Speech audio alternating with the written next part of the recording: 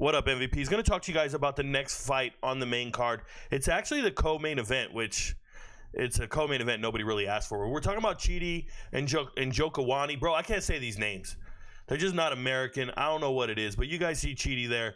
He does have an American flag, so no hate. He is 24-10 in his career, and he's fighting a dude with 4 names.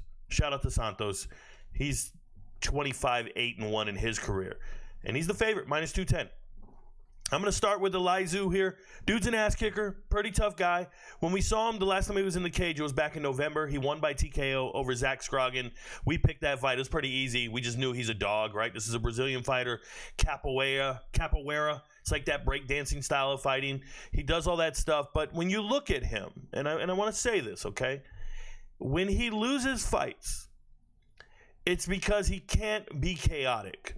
He's a very chaotic fighter. He's a lot of high energy, and he's a quote-unquote dog, like D-A-W-G, a dog. Rico, that's my dog. And I know you want to bet on dogs, and you believe in dogs.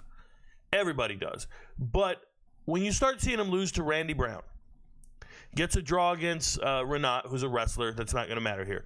But the loss to Randy Brown, the loss to Muslim Salikov, the loss to Jinglang, and then a bigger dog than him was Nicholas Dalby, but that was back in 2015. So let's not go there.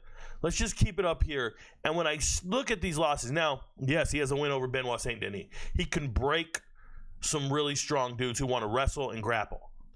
And I think that when you make this prediction or you try to guess who's going to win this fight, you're either going to be really right or really wrong. There's going to be no in between.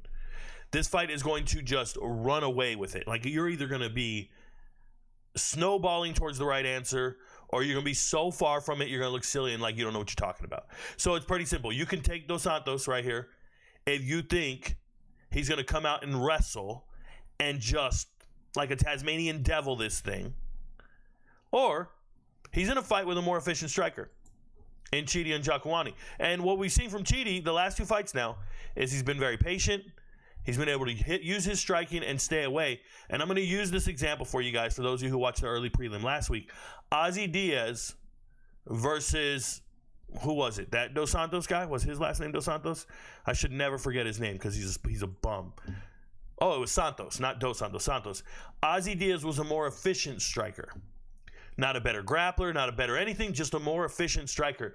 And it kept his cardio up. And he looked clean to the judges. And it was an easy win for him.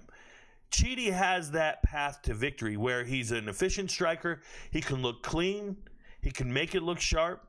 And he's just going to outpoint you. And I think Chidi wins this fight 30-27 if he can do that. But you're fighting a man who's going to want to take your lunch money. And he's vicious. And he's mean. So where do you go with this? A lot of you guys want to go with the vicious, mean fighter. You know that's about that life. But there's also an athleticism limitation here. Right? We have a 6'3", very muscular guy, very athletic. Chidi is just he hit the genetic lottery, if you will. And Dos Santos is just a little guy who tries hard. And I know he's bad. And I know you like him. But at minus 210, that's a bit steep for me, for Dos Santos. It really is. And then that would mean inversely that Chidi is getting really good odds as an underdog for somebody who's on a 2-fight win streak. Granted, he's not fighting the greatest competition in the world. Jared Gordon is not a punk. Like, Jared Gordon is not a world-class fighter, and he made it look easy.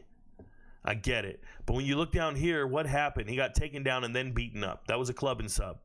Or a knockout after getting a takedown, right? Drag down and beat you up. Getting knocked out by RoboCop, there's no shame in that. Okay, but he used to beat guys that really mattered. It's just one of these things where Chidi's old. Chidi's got a lot of quit in him, guys. I'm going to let you know that now. He does have a lot of quit in him if things go wrong. So, listen, if you got money, the way you keep your money is you don't bet on fights like this. The way you keep your money is you don't bet on fights like this. These are 2 guys where the odds are pretty far from each other, and I just don't. I could tell you that Elizeu is going to go in there. He's going to go in there and just take his lunch money. I can tell you that. But there's a skill gap there. And then Chidi on the other side, I can tell you he's going to outclass him all day, but Chidi's got a lot of quit in him. It's hard to be good when you got a lot of quit in you. Seriously. So How do I feel about it? I'm picking the fight, and I think I'll try to improve my value bets. Look how many value bets we have on this card. 1, 2, 3, 4, 5, 6, 7. The goal is to hit on 4 of them. That's it. The goal is to hit on 4 of them. 4 out of the 7, meaning 3 are going to miss at a minimum. We're hitting on 44% when I tell you to value bet. So you can just skip all the purples and you'll be doing great. Or you could fade all the purples and you'd be hitting at 56%. But if you were to take the favorites, how much would you win at 56% on those minus 650s, 450s? Now, here you can go chalk if you want to. Your strategy is yours. I'm just telling you that in this particular fight, I don't see a clear-cut path for victory. Though Santos can wrestle, he can strike, and he's mean, and he's tough, and he's a guy you really want to go for. But Chidi's an athletic freak and is very efficient with his strikes. And I could see Chidi winning. I could see Dos Santos winning. And a fight like that, I would never pick between these two. This is Toledo versus Miami of Ohio. You don't have a clue who's winning. It's just 2 very good programs in the MAC. These are 2 guys that fight at 170. Chidi's usually drained from the weight cut. It's a hard cut for him because he's so tall. Just let the odds go even wider and sprinkle it on the underdog, or just avoid it. You can take the favorite for $10 as well. You don't have to bet heavy, guys. Remember, 1 unit for me is $100. So when I talk about certain unit size or dollar amounts, make that what you want it to be. You know what I'm saying? Like, prorate it to whatever it is for you. Convert your fraction however you want to do it. But this particular fight is scary to me. I know a lot of people like Dos Santos as a lock. I know they do, but they're lying to you. Chidi's not a full-blown bum. Your friends don't know, but Rico knows. Good luck, MVPs.